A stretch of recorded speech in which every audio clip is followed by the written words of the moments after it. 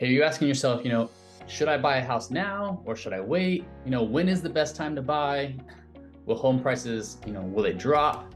Will mortgage rates go up? Are they going to come down? How does that even affect things, right? Is it better to rent or own? In this video, I'm going to show you how to time the San Diego housing market perfectly so that you know exactly when to buy your next home. Hey guys, my name is Jesse Morrison, and we offer a proven and repeatable home sale process that's backed by client results, adding up to 18% more money to your bottom line than traditional real estate agents. If you'd like to protect your family and your finances through the home sale process over the coming months, just visit the link in the description below and apply now. So, should you buy a home now or should you wait? So it's kind of like Google Maps, right? You pick a destination where you want to go, and then you tell Google, where you're starting from, and it will draw a map on the correct route to get there. And the problem is most of us as home buyers pick the destination of home ownership as our final destination, and we start following this route. We start mapping out a route on how to become a homeowner. So, you're asking questions like, are prices going to drop? Are interest rates going up? All the stuff that's outside of our control. But the home as the destination is the wrong destination. What I'm trying to tell you is that home ownership is the vehicle to get you to the destination and not the destination itself. So what is the destination, right? The destination has to do with what you're seeking home ownership to provide for you. Like, what is your primary motivation? Once you know what your primary motivation is, you can use that as a filter for all your decision making throughout the wholesale process. This doesn't just apply to real estate either. This also applies to pretty much any decision that you're going to make in your entire life. So you need to go through the exercise of asking yourself, what is motivating me to make the decisions that I make? For me personally, we made a move. We moved out of Claremont and into San Carlos. And the reason for that, at first, it seemed like, we want a nice new house and something that's bigger with a bigger backyard. We want to be in a better school district. We kind of wanted to be around a different community. And there were all these different things that were like, that's why we want to move there. So when I started asking myself, what was the reason that I was looking for all these features of a home, and why were they appealing to me? I started realizing that deep down, what was truly motivating my decision making had less to do with some of the cool features that we were looking for in a home and in a location, and more to do with how it impacted my family at home, how I was trying to provide for my family and be a good dad and be a good husband and give my family what they needed, what I thought they needed, what I thought was best for them to help them grow to make the highest impact in my family's life. And so when I finally realized that, guys, the decision making on which particular neighborhood was best based off of commute time for my wife's work, so she could be at home with the family, and my work, which is real estate, which is all over the county. But I needed to know, can I navigate the county from where I'm at? And are kids gonna be is this gonna be a community that we can build and grow in, that we're going to be able to stay around for a while, so we don't have to uproot the family immediately and cause very costly decisions in the future. All these different things really, really helped when it came to negotiating, right? So when we asked for certain repairs to be made on our house, and the seller said no, it wasn't hard for us to accept their decision, because we knew that this particular house and this particular time of our lives was going to suit our family the best.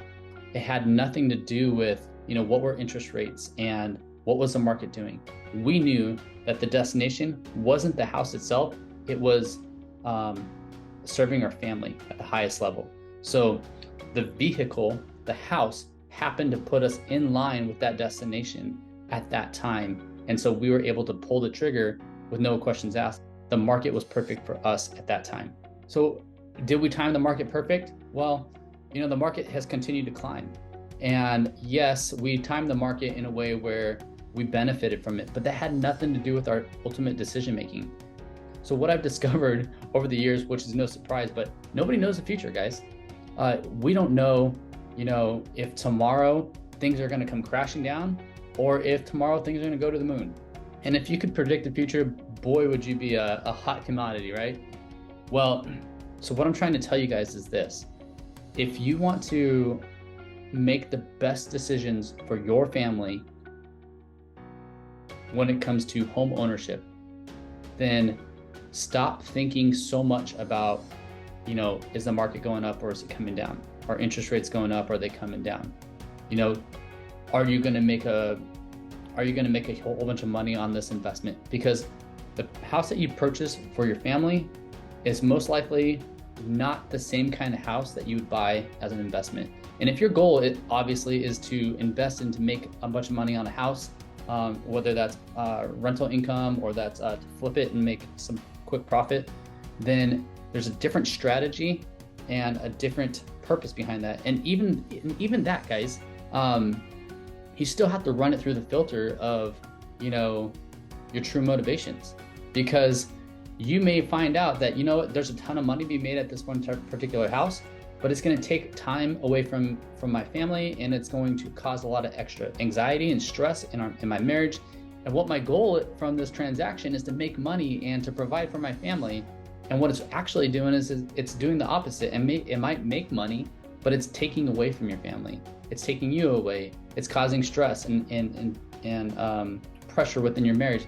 And that is not what you're looking to do. So if that's the case, then you don't do the deal, no matter how good the numbers are. So even more to say for your personal home, do not look at the numbers, okay? Because it's 100% outside of your control. And I'm not trying to say don't be wise in your decision making, because you definitely want to have an understanding of where the market is, where it's going. That's what you can rely on somebody like me for. And I'm happy to share that. But the ultimate goal is to get you to your true destination, that your underlying motivation, and using the house as a mode of transportation to get you there. Now also think about this. So going back to the whole map analogy, right? Let's say you wanted to go to Hawaii as your destination, all right? Now to get to Hawaii, you may need several modes of transportation to get you there, right? You might have to take your car to get to the airport, get in a plane to fly you across the ocean, land, take a taxi or a shuttle to the rental car place, get another car to get you to your hotel, right? So there's 4 different methods of transportation right there. So what I'm trying to say is buying a house is one mode of transportation to get you to your ultimate goal. So here's the deal though, guys. If you're flying to Hawaii, you don't jump on the plane before you leave your house, right? You got to get in the car first to get to the airport to go on the plane. Timing and putting things in the right order is a very important thing. So your house buying might be, a couple steps down in the future, or it might be right now. And if you can answer that question honestly, where home ownership is the right vehicle to get you to your goal, then absolutely right now is the best time to buy. If, however, on the flip side of the coin, home ownership doesn't take you to where you want to go, then by all means, don't buy. And if you guys do this correctly, it's going to provide so much insight, guys, making decisions way easier when it comes to when to buy, how to negotiate, should you say yes to the seller's request? Should you say no? Should you walk away? Do the things that are coming up right now fulfill on your motivation? If they do, then yes, you move forward with it. Even if it costs you a couple bucks, it's still in line with getting you to your final destination, right? And if it doesn't, it's going to save you a world of hurt from making the wrong decision in the future. It'll help you with timing, taking action now versus taking action later. Who you use as your lender, who you use as your realtor.